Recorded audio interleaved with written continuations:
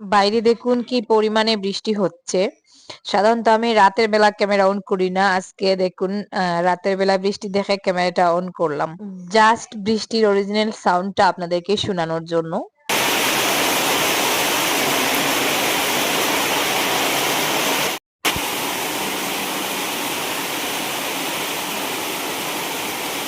সন্ধ্যা থেকে খুব বেশি গরম লাগছিল বৃষ্টি আসার আগে, যেমনটা স্বাভাবিকভাবে গরম লাগে। তো এখন বৃষ্টি আসায় অনেকটা ঠান্ডা লাগতেছে।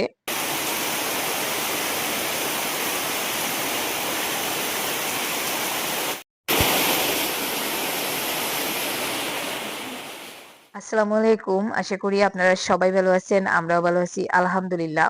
সুখ দুঃখে সংসারের আরো একটা নতুন ভিডিওতে আপনাদেরকে আরো একবার স্বাগত জানিয়ে আবার আরেকটা নতুন দিনের কাজকর্ম শেয়ার করার জন্য চলে এলাম। ঠান্ডা ঠান্ডা ওয়েদার আজকে। তো আজকে আমার সবজি বাগানে অনেকক্ষণ সময় নিয়ে কাজ করব। অনেকগুলো কাজ পড়ে আছে যেগুলো করতেই হবে ১-২ দিনের ভেতর। তো এখানে দেখুন আমি আমার ডাঁটা শাক লাগিয়েছিলাম, মাশাআল্লাহ আলহামদুলিল্লাহ। বৃষ্টিতে নষ্ট হয়ে গিয়েছিল প্রথম দিকে। তারপরে যে বীজগুলো থেকে গাছ উঠছে খুব সুন্দরভাবে হয়েছে। আর ভালো জাতের ডাঁটা শাকের বীজ লাগিয়েছিলাম। তো অনেকটা আগাছা উঠে গেছে। আগাছার কারণে গাছ মাটি থেকে শক্তি কম পায়, যার জন্য আগাছাগুলো উঠিয়ে দিচ্ছি। তো ওরা এখানে দৌড়াদৌড়ি করছিল, খেলাধুলা করছিল, সেই সুযোগেই ভাবলাম এখানে কাজে লেগে যাই। হাতে হাতে কাজটা হয়ে যাবে। সবকটা ডাটা গাছের ভেতর দিকে দেখতে পাচ্ছেন অনেক আগাছা উঠছে। এখানকার গাছগুলো এত মানে দ্রুত বড় হয়, তো গাছের আগে দেখা যায় গাছগুলো বড় হয়ে যায়। তো হাতে হাতে গল্প করে করে গাছগুলো বেছে বেছে ফেলে দিচ্ছি।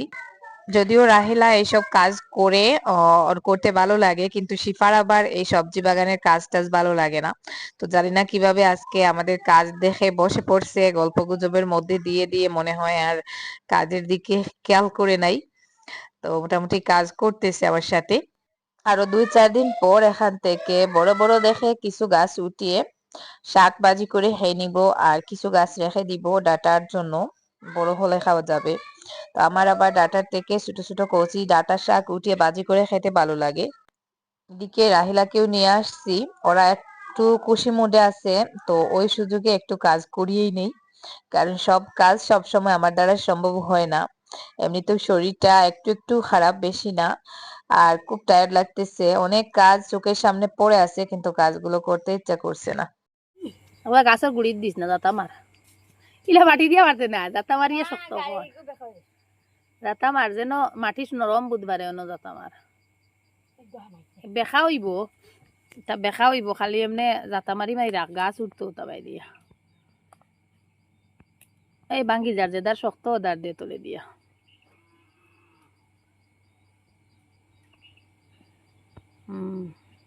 এখানে বরবটি লাগিয়েছিলাম। বরবটির গাছগুলো এখন একটু একটু করে লতানো শুরু করে দিছে।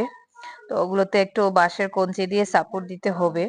ওখান থেকে কিছু বাঁশের কঞ্চি অ্যারেঞ্জ করে দিছি, ও এখন এই কাজটা করতেছে। আর আমি ওইদিকে এখন মোটরটা অন করছি। ২টা বালতিতে পানি নিয়েছি, পানির মধ্যে এখন সামান্য একটু ইউরিয়া সার দিয়ে পানিটা গুলে গাছের গোড়ায় দিব। যদিও আমি বেশিরভাগ গোবর সার ব্যবহার করি, গোবর সার ছাড়া যদি অন্য কোনো ধরনের সার প্রয়োগ করতে হয় তো ওটা আসলে প্রয়োজন সাপেক্ষে। যখন দেখি গাছগুলো বেড়ে ওঠার প্রয়োজন, তখন সামান্য একটু ইউরিয়া সার পানিতে গুলে গাছের উপরে ছিটিয়ে দেই। তো এই যে আমার ডাঁটা শাকগুলোতে ছিটিয়ে দিচ্ছি, কারণ বৃষ্টির কারণে গাছের গোড়ায় যা যা গোবর সার দেওয়া হয়েছে সব গোবর সারের যে অ্যাকশন যেটা, সেটা ধুয়ে পানির সাথে চলে যাচ্ছে। ডাঁটা শাক লাগানোর পরে প্রথম দিকে মানে গাছ ছোট থাকা অবস্থায় যদি একটু সার প্রয়োগ করা না হয়, তাহলে গাছগুলো হ্যাংলা হ্যাংলা হয়ে যায়, মোটা টাইপের হয় না, শক্তি পায় না। যার জন্য একটু ইউরিয়া সার গুলে পানি দিয়ে দিলাম। আর এখানে দেখুন গল্প গুজব চলতেছে বসে বসে। ওদের সাথে গল্প করে করে কাজ করে নিচ্ছি, সেই সাথে ওদেরকে দিয়েও যা পারছি করাচ্ছি, মানে শিফা, রাহিল আর জুবাইরকে দিয়ে। তো এখন আমার সব থেকে ইম্পর্টেন্ট যে কাজটা করতে হবে, ঝিঙ্গা লাগিয়েছিলাম বৃষ্টি যখন প্রথম শুরু হয়েছিল, আপনাদের হয়তো মনে আছে।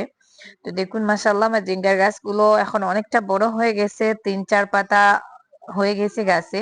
তো এখন গাছের সাইড দিয়ে একটু মাটি উঠিয়ে দিব, কারণ গাছ যেখানে লাগিয়েছিলাম ওই জায়গাটা উঁচু হয়ে গেছে, মাটি দিলে দেখা যায়, সরি পানি দিলে পানিটা সাইড দিয়ে চলে যায়।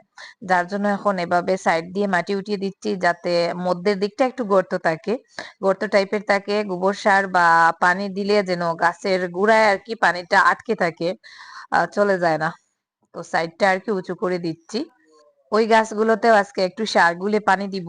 তার আগে একটু শুকনো গোবর সার দিয়ে দিচ্ছি। শুকনো গোবর সার আমি উম গুঁড়া করে আর কি বস্তা ভর্তি করে সংরক্ষণ করে রাখছিলাম। তো ওটা এখন গাছের গোড়ায় দিয়ে দিচ্ছি। একটু বেশি করে গোবর সার দিচ্ছি, যেহেতু আমি এই গোবর সারের উপর নির্ভরশীল।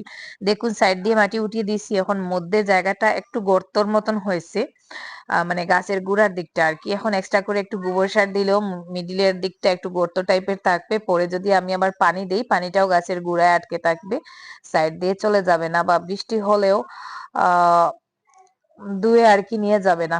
তো আমি এখন শুকনো গোবর সার একটু বেশি করে সবকটা গাছের গোড়ায় দিব। এই মুহূর্তে যদি গাছের গোড়ায় যত্ন করা না হয় তাহলে পরে আর গাছগুলোর স্বাস্থ্য অতটাও ভালো থাকবে না। মানে সব গাছ এমন একটা জিনিস, যে সময় যেটা করতে হয় ওটা যদি ঠিক টাইমে না করা হয় পরে দেখা যায় গাছগুলো হ্যাংলা হয়ে যায়, বা যতটা ভালো রেজাল্ট পাওয়ার কথা ততটা ভালো রেজাল্ট পাওয়া যায় না। তাই আজকে ভাবলাম একটু বেশি করে সময় নিয়ে কাজ করি। এদিকে দেখুন আমার ছোট একটা লিচুর গাছ, যেটা মনে হয় আমি আরেকদিনও আপনাদের সাথে ভিডিওতে শেয়ার করছিলাম। এত ছোট একটা লিচুর গাছে কয়েকটা লিচু হয়েছে, লিচুগুলো মাশাআল্লাহ একটু একটু করে বড় হয়ে যাচ্ছে। তো এখানে 7টা লিচু শেষমেশ রয়ে গেছে, বাকিগুলো মনে হয় বাতাসের সাথে জড়ে পড়ে গেছে। তো শেষমেশ যদি একটা দুইটাও থাকে তাহলে লিচু টেস্ট করে দেখা যাবে যে জাতটা ভালো নাকি। তো ওটা হাইব্রিড জাতের লিচুর গাছ, আমি অনলাইন থেকে আনিয়েছিলাম। তো আমার ঘরের পেছনে আরো একটা লিচু গাছ আছে, ওই গাছেও এবার অনেক লিচু হয়েছে। ও বান্দি এগু গাছে উঠিয়া বইছে, চুল ছাড়িয়া বুতে আইয়া দুরুম করে ফালাইব উল্টে গিয়া। লাম লাম ডাল ভাঙ্গি যাব, ডাল ভাঙ্গিয়া দুরুম করে পড়বে। এমনিও মেঘর দিন ইটা নরম হয়ে গেছে গাছ। সবজি বাগানের কাজ শেষ করে গোসল করে খাওয়া দাওয়া শেষ করে রেডি হয়ে বেরিয়ে পড়ছি আরিয়ান আর আমি। আজকে আমরা একটা বউ দেখতে যাব, বউ না সরি কনে দেখতে যাব, বিয়ের কনে, মানে এখনো বিয়ে হয় নাই, জাস্ট মেয়ে দেখার জন্য আর কি যাচ্ছি। আমার বাবির ভাইয়ের জন্য আর কি মেয়ে দেখা হবে। আমার বাবি বলতে ওই যে আসাম ভিলেজ লাইফস্টাইলের আর কি যে বাবি, তো ওই বাবির বাইকে বিয়ে দেওয়া হবে। একটা কনের সন্ধান পাওয়া গেছে, যেটা আমি আর কি আহ দেখিয়ে দিয়েছি। তো ওখানে যেতে হবে, আমি ছাড়া তো চলবে না। আর কনেকে দেখা হয়েছে বলতে আমার এক ননাস আমাকে দেখিয়েছেন, আর আমি আর কি ওদেরকে ওই কনের কথা বলেছিলাম। আমিও মেয়েটাকে দেখি নাই, মানে ছবিতেই আর কি দেখেছিলাম। তো ছবিতে আর বাস্তবে দেখার মধ্যে অনেক তফাৎ। আজকে যাব আমার বাবি আর বাবির বোন, বাবির মামা, আমি, আরিয়ান আর আমার ওই ননাস। তো আমরা যাব ওইদিকে। বাবিদের বাড়ির ওখান থেকে আর কি গাড়ি আসবে, গাড়ি এসে আমাদেরকে আমাদের রাস্তা থেকে রিসিভ করবে। তো গাড়ি চলে আসছে শুনে আমি বেরিয়ে পড়েছিলাম, এখানে এসে দেখলাম যে গাড়ি এখনো আসে নাই, তাই রাস্তায় দাঁড়িয়ে আর কি 4-5 মিনিট সময় অপেক্ষা করতে হচ্ছে। আর আমার ছেলেতে দেখুন, ওকে দেখা যাচ্ছে যে জামাই, ওর জন্যই মনে হয় কনে দেখতে যাওয়া হচ্ছে একেবারে সেজেগুজে। তো যাই হোক আমরা এখন একটা পাহাড়ি রাস্তার দিকে যাচ্ছি। এই এলাকাটা আর কি একটু পাহাড়ি অঞ্চল। আমাদের এদিকে আসলে এখন কনে টনে ভাবে পাওয়া যায় না, যেহেতু আমাদের এখানে এখন সরকারি নিয়ম যে 18 বছরের আগে কোনো মেয়ে বিয়ে দেওয়া যাবে না, মানে খুব কড়াকড়ি নিয়ম। যার জন্য এখন দেখা যায় একটু সুন্দর শিক্ষিত মেয়ে যদি হয়, মানে বয়স পূর্ণ হওয়ার সাথে সাথে বিয়ে হয়ে যায়। তো মেয়ের অনেকটা শর্ট পড়ে গেছে। আর এই সাইডটা একটু পাহাড়ি অঞ্চল দেখতে পাচ্ছেন, তবে এরিয়াটা অনেক সুন্দর। তো ওদের বাড়ির সামনেই প্রায় চলে আসছি। আমি গাড়ির মিডিলে বসছিলাম, আমার দুই সাইডে জানলার পাশে আরো দুইজন ছিলেন। যেহেতু ওরা গাড়িতে বমি করে, তাই আমি গাড়ির মধ্যে বসেছিলাম, তেমন একটা ভিডিও করতে পারি নাই। একেবারে ওদের বাড়ির প্রায় কাছাকাছি এসে ক্যামেরাটা অন করেছিলাম। ওই যে সামনে যে বাড়িটা দেখা যাচ্ছে ওই বাড়িতেই আর কি এখন আমরা যাব মেয়ে দেখার জন্য। তো এখানে এসে আবার ওরা চা নাস্তা একটার পর একটা এনে দিচ্ছে, আর আমরা খাওয়ার মধ্যে ব্যস্ত। তার মধ্যে টুকটাক ভিডিও করেছিলাম। শেষমেশ কনেকে নিয়ে আসা হয়েছে। তো প্রথমে কনেকে শাড়ি পরিয়ে দেখা হয়েছে, আমাদের এদিকে কিন্তু কনেকে এইভাবেই দেখা হয়। সোশ্যাল মিডিয়ায় মাঝে মধ্যে কিছু ভিডিওতে দেখা যায় অনেক পুরুষজন যায় গিয়ে মেয়ে দেখে মেয়ের হাত চুল পা কাপড় তুলে বা মাথার কাপড় ফেলে দেখা হয়, তো ওইভাবে আমাদের এদিকে দেখা হয় না। বেশিরভাগ মেয়েরা গিয়ে দেখে, আর বড় জোর যে বিয়ে করবে আর কি জামাই, তো সে গিয়ে দেখে, আর ভাই মা চাচি ওরাই গিয়ে দেখে।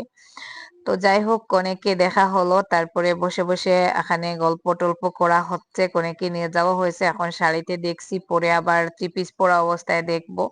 আপাতত এই যে বসে বসে গল্প চলতেছে, এখানে আমার বাবির বোন আর বাবি বসে বসে আর কি কনের মায়ের সাথে গল্প করতেছেন। আর এদিকে যে কোন কি সুন্দর একটা পান্দান, তো ওটা আমি একটু ভিডিও করলাম আপনাদেরকে দেখানোর জন্য।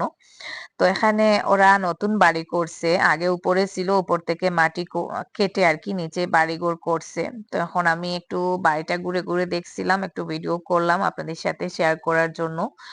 তো এটা হচ্ছে একটা ঘর, আর একটু আগে আমরা যে ঘরে বসেছিলাম ওখানে আরেকটা ঘর, দুইটা ঘর। তো এখানে দেখুন একটা ময়না পাখিও আছে, ময়না পাখিটা কি সুন্দর করে কথা বলে। ওই বাড়িতে ছোট দুইটা বাচ্চা আছে, বাচ্চাগুলো নাম ধরে ডাকে, দেখুন। তো ওই নাম ধরে ডাকা ছাড়া ও আর কিছু বলতে পারে না। তো যাই হোক, তারপরে চলে আসলো খাওয়া দাওয়ার পর্ব। এখানে ওরা প্লেট সাজিয়ে দিয়েছে, আর সেই সাথে তো আরো খাবার দাবার যা যা থাকে আর কি ওগুলোই ছিল। তো যাই হোক, খাওয়া দাওয়া ভালো হয়েছে। খাওয়া দাওয়া শেষ করে এখন কিছু কথাবার্তা চলবে, মানে কনেকে দেখা হয়েছে, পছন্দও হয়েছে, মাশাল্লাহ কনে অনেক সুন্দরী, চেহারাটা অনেক সুন্দর। তো সবকিছুই যেহেতু বরের বাড়ির লোকজনের পছন্দ হয়েছে, তাই এখন কিছু কথাবার্তা চলবে, মানে বরের বাড়ির লোকদেরকে ডেট দিয়ে যাওয়া হবে কোন দিন ওরা যাবে জামাইয়ের বাড়ি দেখতে প্লাস জামাই দেখতে। তো যাই হোক, আমি তার ফাঁকে একটু হেঁটে হেঁটে ঘুরে ঘুরে বাড়িটা দেখছিলাম, সবাই দেখছিলেন আমিও দেখছিলাম ঘুরে ঘুরে, এই যে আমাদের গাড়ি রাখা উঠানের মধ্যে। তো ওখানে দুইটা বাড়ি একসাথে জয়েন করা, দুইটাই ওদের বাড়ি, যেহেতু ওদের ভাই মনে হয় 7 জন। তো 7 জন ভাইয়ের কারণে দুইটা বাড়ি করা হয়েছে। তো ঘুরে ফিরে আমি এসে ময়নাটাকে দেখতেছি, কি সুন্দর একটা পাখি খাঁচায় বন্দি করে রাখা। তো এই ঘরে আমরা বসেছিলাম, আমাদেরকে এই ঘরে বসানো হয়েছিল। আর ওইদিকে আরেকটা ঘর দেখছেন ফাঁকার, ওই ঘরটাও তাদের। এখানে যে কাঁচা একটা ঘর আছে ওটাও তাদের। তো আজকে আমার ক্যামেরাম্যান নেই, যেহেতু আমাদের সাথে জুবাইর আসে নাই, একটা গাড়িতে যতজন মানুষ আসা যায় ওই হিসাবেই আসা হয়েছে, জুবাইরকে আনা হয় নাই। তো আজকে আমার ক্যামেরাম্যান ছিল আরিয়ান, আরিয়ান টুকটাক ভিডিও করে দিয়েছে, যেগুলো আর কি আপনাদের সাথে শেয়ার করতেছি। তো ব্যাক ক্যামেরায় আমি যেগুলো করছি এই ভিডিও ফুটেজ গুলো আরিয়ান করে দিয়েছিল, ওকে বলেছিলাম যে একটু ভিডিও করে দাও। তো আরিয়ান ভিডিও করে দিছে, তাই আপনাদের সাথে শেয়ার করতে পারতেছি। খাওয়া দাওয়া শেষ, সেগুলো হচ্ছে বিকালের দিকের আর কি ভিডিও ছিল। তো আমরা ভাবছিলাম এসে চলে যাব, খাওয়া দাওয়া করব না। তো ওরা খাবার দাবারের অ্যারেঞ্জ করে নিয়েছে, যার জন্য তো আর যাওয়া যাবে না। আর আমরা সেই হিসাবে আসছিলাম যে যদি কোনে পছন্দ না হয় তাহলে শুধু শুধু ওদের ওখানে খেয়ে দিয়ে লাভ নেই, শুধু শুধু খরচ করে, মানে মানুষ খরচ করবে সেটা খাবো তারপরে কোনে নিব না, এরকমটা তো হতেই পারে না। তো যার জন্য আমরা বলেছিলাম যে আসবো, এসে আধ ঘন্টা থাকবো। এটা হচ্ছে ওই বাড়ির রাস্তা, আর এই যে এটা হচ্ছে বাড়ির আর কি আরেকটা পার্ট, একটা বড় করে বাড়ি। তো মিডিল দিকে রাস্তা, দুই সাইডে দুইটা ঘর। তো যাই হোক, কনে যেহেতু পছন্দ হয়েছে আর ওরা খাবার দাবার যেহেতু অ্যারেঞ্জ করে নিয়েছে, তাহলে খাওয়া দাওয়া শেষ করে এখন চলে যাব। তো ওখান থেকে আমি সোজা চলে আসছি আমার ভাইয়ের বাসায়। এই যে দেখুন, খুব বেশি গরম লাগছে, এখানে এসেই তাড়াহুড়ো করে হিজাবটা খুলে একটু বাইরের দিকে হাঁটাহাঁটি করলাম, ক্যামেরাটা অন করছি। তো এদিকে আমার বাবির যে বোন আসছিল ও চলে যাচ্ছে, ও ওর জামাইয়ের মানে হাজবেন্ডের বাড়িতে চলে যাবে।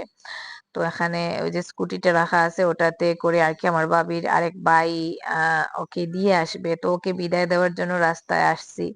ও চলে যাবে, আর তার একটু পরে আমিও চলে যাব। ওই দিক থেকে এসে ভাবলাম এখানে একটু রেস্ট করে যাই, খুব বেশি গরম লাগছে, আর মাথাটা কেমন জানি ঘুরাচ্ছিল। তো একটু রেস্ট করার জন্য বাইরের বাসায় নামলাম। কোনে কি হলো না হলো, কার কেমন পছন্দ হলো সেটা নিয়ে একটু আলোচনাও করা হলো। মানে কোথাও থেকে আসার পরে কনের বাড়িতে তো ওইরকম আলোচনা করা যায় না, প্লাস রাস্তাঘাটেও তো ওইরকম করা যায় না। তো যাই হোক, এখানে এসে একটু আলোচনা আর কি করা হলো। তো কনেকে আমার বাবির বেশ পছন্দ হয়েছে, কারণ কনের চেহারাটা অনেক বেশি মায়াবী। তো যেহেতু ওর এখনো বিয়ে হয় নাই, আর আমাদের ওইদিকে একটা অবিবাহিত মেয়ে, পরে যদি বিয়েটা ফাইনালি নাও হয়, তাই আমি ওকে ক্যামেরার সামনে আনি নাই, মুখটা হাইড করে দিছি। তো এই যে আমার বাবির বোন চলে গেল, আর আমরাও এখন চলে যাব ওকে বিদায় দিয়ে, মানে আমরাও বেরিয়ে পড়বো। এই যে আরিয়ানকে নিয়ে রাস্তার সামনে দাঁড়িয়ে আছি, গাড়ির অপেক্ষা করতেছি, প্রায় সন্ধ্যা হয়ে যাচ্ছে, অন্ধকার হওয়ার আগে বাসায় চলে যেতে হবে। যদিও আমার এই বাইয়ের বাসা থেকে আমার বাসা তেমন একটা দূরে নয়, গাড়িতে উঠলে মাত্র 4-5 মিনিট লাগে, চলে যাওয়া যায়। আর হেঁটে গেলে মনে হয় 10-12 মিনিট 15 মিনিট লাগবে। তো আমরা গেটের সামনে দাঁড়িয়ে দাঁড়িয়ে অপেক্ষা করছিলাম, কারণ রাস্তা অবধি যেতে এখন ইচ্ছা করছিল না। ভাবলাম ওখানে দাঁড়িয়ে থাকলে ওইদিকে বাজার আছে, বাজারের ওইদিকে ফাঁকা গাড়ি যায়, তো ওইদিকে প্যাসেঞ্জার নিয়ে যায়, প্যাসেঞ্জার নামিয়ে গাড়ি ফাঁকা আসে, তো একটা ফাঁকা গাড়ি পেলে উঠে চলে যাব। তো যাই হোক, তারপরে এই যে একটা গাড়ি আসলো, একটা খালি গাড়ি, ওটাতে উঠে এখন আমরা চলে আসছি বাসায়। দেখুন কতটা সময় লাগছে, ওখানেও কিন্তু আপনারা দেখছেন অন্ধকার, অন্ধকার হয়ে যাচ্ছে। আর এই যে বাড়ির সামনে আসছি, মাত্র 4-5 মিনিট সময় লাগছে, চলে আসছি। তো মানে এতটুকুই আর কি ডিস্টেন্স আমার বাড়ি থেকে আমার ওই বাবির বাড়ি। তো যাই হোক, সকালে গিয়েছিলাম, আর এই যে সন্ধ্যার দিকে বাড়িতে ফিরে আসতেছি। এদিকে এই যে ওরা মনে হয় আমার জন্য অপেক্ষা করছিল, আর নুসরত আসছে আমার দাও হবো ভাগ্নি। তো যাই হোক, কথা বলতে বলতে বাড়িতে চলে এলাম।